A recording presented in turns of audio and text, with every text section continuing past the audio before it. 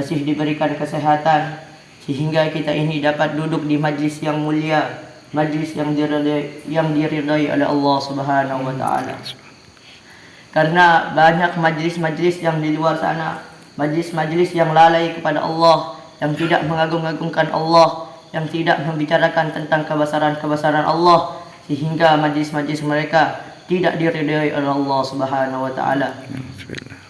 Di antara fadilahnya, orang yang duduk di majlis yang membicarakan tentang kebesaran-kebesaran Allah, maka dikatakan di dalam suatu riwayat, ketika setelah selesai majlis, maka para malaikat akan menyeru kepada ahli majlis, "Ankumu maghfiran lakum qad buddilat sayyi'atikum hasanat."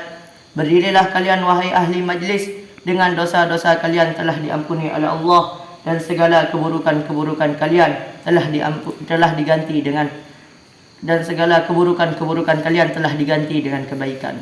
Allah. Hadirin yang dimuliakan Allah Subhanahu wa taala, perlu kita ini untuk merenungi apa maksud kita ini untuk tinggal di dunia. Karena kita ini tidak pernah ada keinginan, tidak pernah ada pertanyaan, tidak pernah ada persetujuan untuk tinggal di dunia, tapi tiba-tiba kita ini tinggal di dunia. Ketika kita ini tinggal di dunia, maka tiba-tiba kita ini meninggalkan dunia. Tiba-tiba datang ke dunia dan tiba-tiba juga tinggal di dunia, meninggalkan dunia. Ini maksudnya apa, hadirin?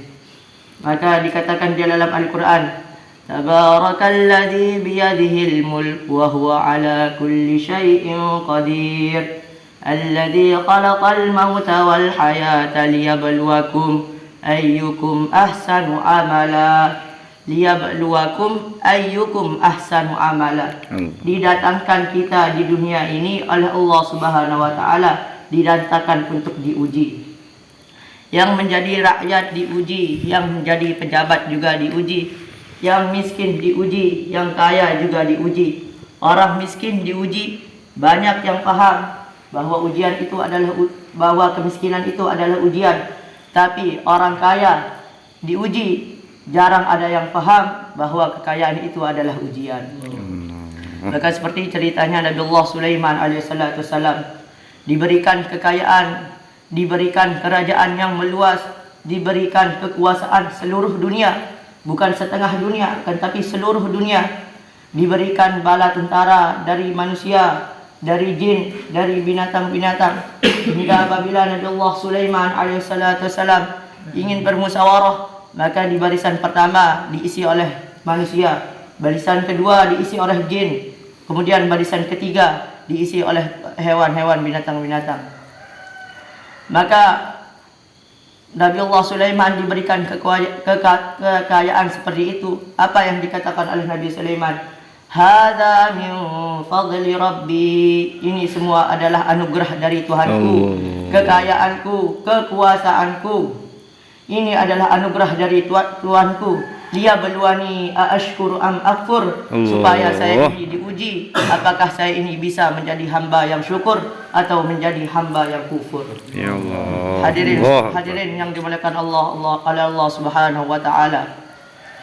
Ketika kita ini tinggal di dunia, maka ada waktunya, maka ada saatnya untuk kita ini meninggalkan dunia. Allah. Entah itu siap atau tidak siap, mau atau tidak mau, ada waktunya untuk meninggalkan dunia. Ya Allah. Dikatakan di dalam Al-Quran, Qul innal mautal ladzi tafirruna minhu fa innahu mulaqikum.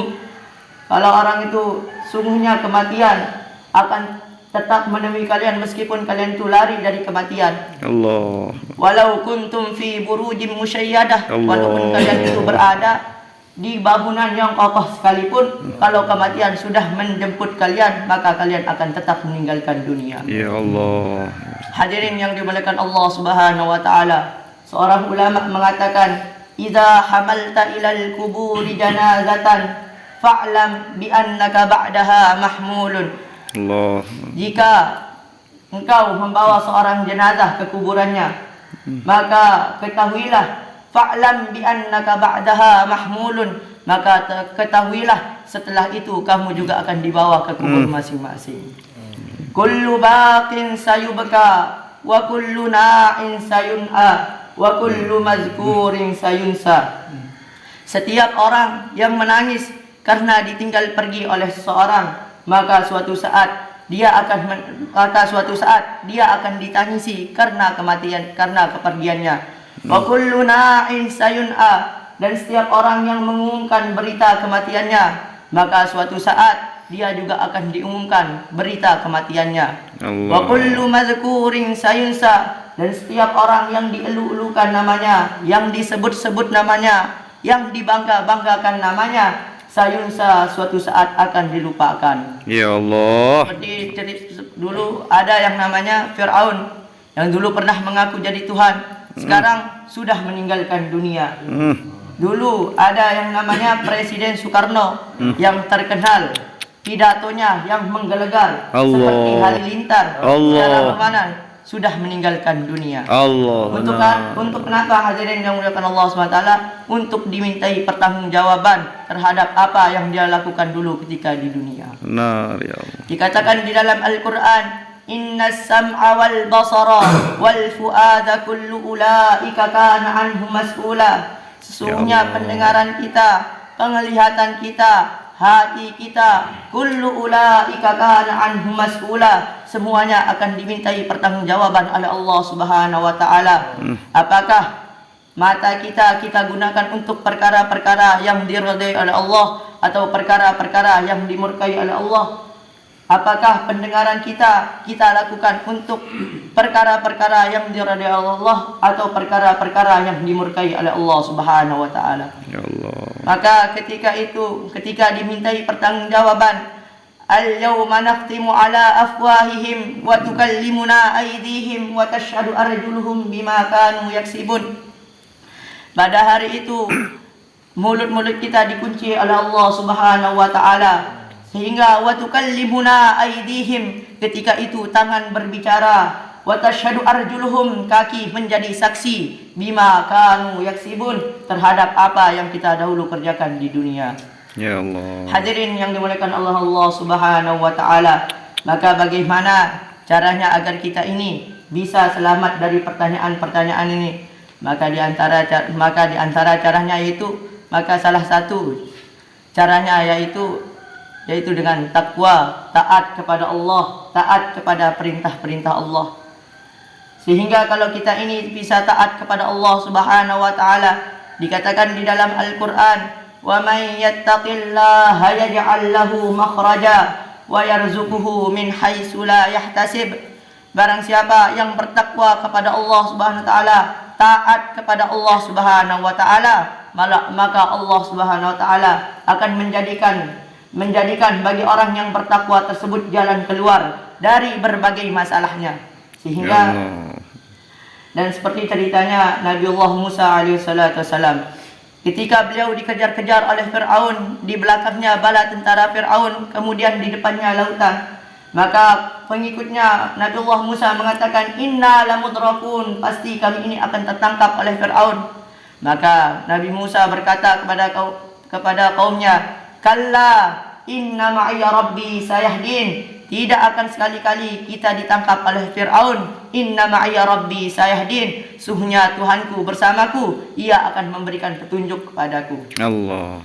Maka betul ketika itu langsung diberikan wahyu oleh Allah Subhanahu wa taala. Fa'auhayna ila Musa an idrib bi'asakal bahar. Allah Subhanahu wa taala memberikan wahyu kepada Nabi Musa untuk membelah lautan. Fa'ajainahu wa man Musa ajma'in. Maka Nabi Musa dan pengikut beliau diselamatkan oleh Allah Subhanahu wa taala. Summa aghraqnal akharin. Kemudian Fir'aun dan bala tentaranya ditenggelamkan oleh Allah Subhanahu wa taala. Hadirin yang dimuliakan Allah Subhanahu wa taala, maka bagaimana cara kita agar mudah taat kepada Allah, agar bisa taat kepada Allah? Maka dikatakan oleh para ulama, kalau kita ini ingin mudah taat kepada Allah, gampang taat kepada Allah, maka perbanyaklah ingat akhirat. Allah. Karena nanti di akhirat apabila kita ini melakukan keburukan-keburukan ketika di dunia, maka kita akan mendapatkan balasan keburukan juga di akhirat, akan ditempatkan di tempat yang seburuk-buruknya tempat. Tapi apabila kita ini taat kepada Allah di dunia, maka kita ini akan mendapatkan di dunia, maka kita ini akan mendapatkan keberuntungan di dunia dan akan mendapat keberuntungan di akhirat. Di antara caranya juga yaitu dengan cara dakwah, itu dengan cara mengajak saudara-saudara kita, mengajak tetangga-tetangga kita untuk taat kepada Allah. Yaitu cara mengajak saudara-saudara kita, cara mengajak tetangga-tetangga kita untuk taat kepada Allah, yaitu fabima rahmatin minallah linta lahum, seperti ceritanya Nabi Muhammad alaihi salatu wasallam sallallahu alaihi wasallam. Seperti cerita beliau itu, yaitu beliau berdakwah dengan cara lembut, beliau berdakwah dengan cara hati yang lembut. Walau kunta faddan ghalidhal qalbi lam faddu min haulik. Jika engkau wahai Muhammad berdakwah dengan cara hati yang keras, maka mereka semua akan lari kepada engkau. Maka mereka semua akan lari dari engkau. Maka bagaimana kita mengajak saudara-saudara kita, mengajak keluarga-keluarga kita, tetangga-tetangga kita untuk taat kepada Allah, sehingga nusratullah, pertolongan Allah akan gampang turun di kampung kita, sehingga kesusahan-kesusahan yang ada di kampung ini, kesulitan-kesulitan semuanya dimudahkan oleh Allah Subhanahu wa taala. Asbab taatnya kepada Allah, taatnya kepada perintah Rasulullah sallallahu alaihi wasallam. Insyaallah. Allah, mungkin ini saja yang saya bisa sampaikan, kurang lebihnya mohon maaf. Assalamualaikum warahmatullahi wabarakatuh. Waalaikumsalam. Kalah ya, Dok. Aduh. Mondok lagi kalau